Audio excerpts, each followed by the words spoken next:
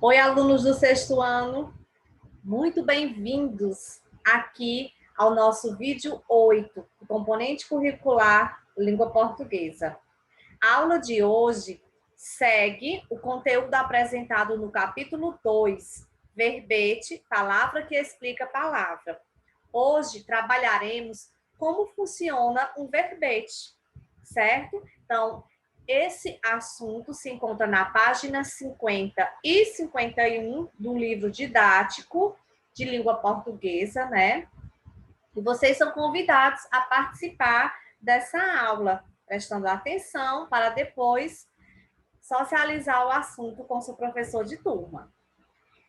Na aula passada, nós vimos algumas características do verbete de dicionário. Ele é um gênero textual muito particular e fácil de ser reconhecido. O verbete de dicionário, ele apresenta separação silábica. Ele define a palavra, apresenta a definição da palavra, ele apresenta sinônimos e antônimos, define a classe gramatical e o gênero da palavra e apresenta a formação do plural. Então, aí são as características bem peculiares de um verbete de dicionário. São essas informações que nós buscamos ao pesquisar um verbete de dicionário. Então, trouxe aqui só para a gente revisar para continuar o estudo, certo? O gênero textual verbete tem função informativa e é usado para consulta, consultar a separação silábica, consultar o plural daquela palavra, consultar o sinônimo, consultar o antônimo, enfim, é um gênero textual usado para consulta, e traz informações dos vocábulos. O verbete linguístico, o foco, pessoal, é a palavra, certo? Vai apresentar suas acepções, o sentido de locuções, informações gramaticais, se é um verbo, se é um substantivo, vai apresentar a separação silábica, vai apresentar o gênero, tá? O uso social, se é informal, se é formal, ou regionalismo. E ainda vai apresentar as mudanças da palavra ao longo do tempo, certo? Então, esse é o verbete linguístico, que tem como foco a palavra. Os verbetes enciclopédicos, eles apresentam informações relativas à coisa designada pela palavra. Você já manuseou um verbete enciclopédico? Com a internet, ele ficou meio que esquecido, Porque é muito mais rápida a consulta, muito mais fácil a consulta, mas quando nós não tínhamos a internet, eles eram muito consultados. Por quê? Porque nós íamos buscar informações sobre determinada coisa, No campo da história, no campo da geografia, da biologia, nós íamos pegar informações relativas a determinada coisa. E lá nós íamos encontrar a descrição, a contextualização histórica, a relação com o campo do conhecimento, entre outras informações, tá? Então, o verbete enciclopédico tinha essa missão, informar, trazer informações relativas àquela coisa pesquisada, tá bom? Seja qual fosse a área do conhecimento. E quais são os vários dicionários que nós temos?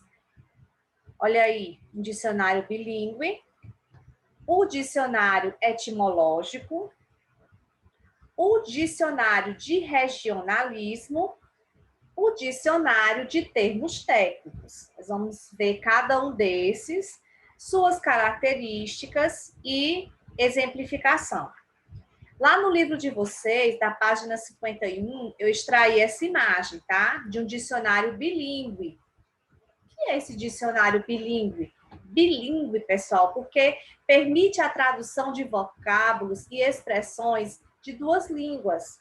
Na imagem aí, vocês podem perceber um dicionário que é de italiano português. Então, ele tem palavras em italiano traduzido para o português. O outro exemplo de dicionário bilíngue é o inglês-português, né?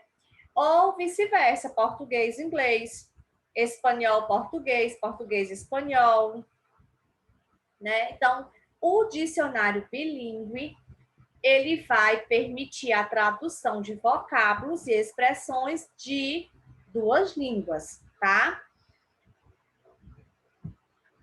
O outro dicionário é o etimológico, que vai explicar a evolução do significado de uma palavra ao longo do tempo, seja a origem daquela palavra.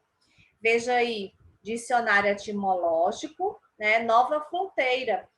Dele foi retirado um exemplo, duende. Duende é um substantivo masculino. Vocês conseguem perceber aqui, ó, a abreviatura SM, substantivo masculino, informando aí, né, a classe e o gênero. Entidade fantástica ou espírito sobrenatural que se acreditava aparecer e fazer travessuras de noite pelas casas. Então, aí ele está explicando a origem dessa palavra, certo? Vai explicar a evolução, a origem de uma palavra ao longo do tempo, certo? O dicionário de regionalismos, ele registra o significado de termos que são usados apenas em algumas regiões do país, tá? Ele delimita a linguagem de uma região do país. No caso aí, o dicionário de regionalismo foi o gaúcho, o dicionário gaúcho. Nós temos também na nossa região um dicionário que vai traduzir a nossa linguagem, vai explicar nossas expressões linguísticas, né? Nossas formas de falar, o nosso regionalismo. Vocês já ouviram, já proferiram a palavra armaria. Armaria é um exemplo de uma palavra do nosso português de regionalismo, né? Do nosso linguajar, nosso dialeto aqui na nossa região. Armaria, abestado, vixe, né?